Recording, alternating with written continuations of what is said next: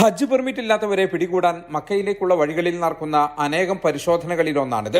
2 tipper ലോറികളിലായി visit വിസയിലുള്ള 99 വിദേശികളെ ഒളിപ്പിച്ച് മക്കയിലേക്ക് കടത്താനുള്ള ശ്രമം പോലീസ് തടഞ്ഞു. ഇങ്ങനെ മുൻ വർഷങ്ങളെക്കാൾ ശക്തമായ പരിശോധനയാണ് മക്കയിൽ ഇത്തവണ നടക്കുന്നത്. അറഫ സംഗമം കഴിഞ്ഞിട്ടും മക്കയിൽ പരിശോധന തുടരുകയാണ്. മുൻ വർഷങ്ങളിൽ എല്ലാ പരിശോധനകളെയും മറികടന്ന് നിരവധി അനധികൃത തീർത്ഥാടകർ ഹജ്ജ് നിർവഹിച്ചിരുന്നു.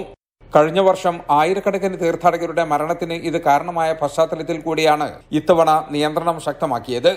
അറഫയിലും മിനായിലും അനധികൃത തീർത്ഥാടകർ തമ്പടിച്ചിരിക്കുന്ന പഴയ കാഴ്ചകൾ ഈ വർഷമില്ല.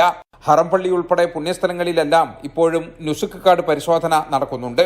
അതേസമയം 16,73,230 തീർത്ഥാടകർ ഇത്തവണ ഹജ്ജ് നിർവഹിക്കുന്നതായി അധികൃതർ അറിയിച്ചു.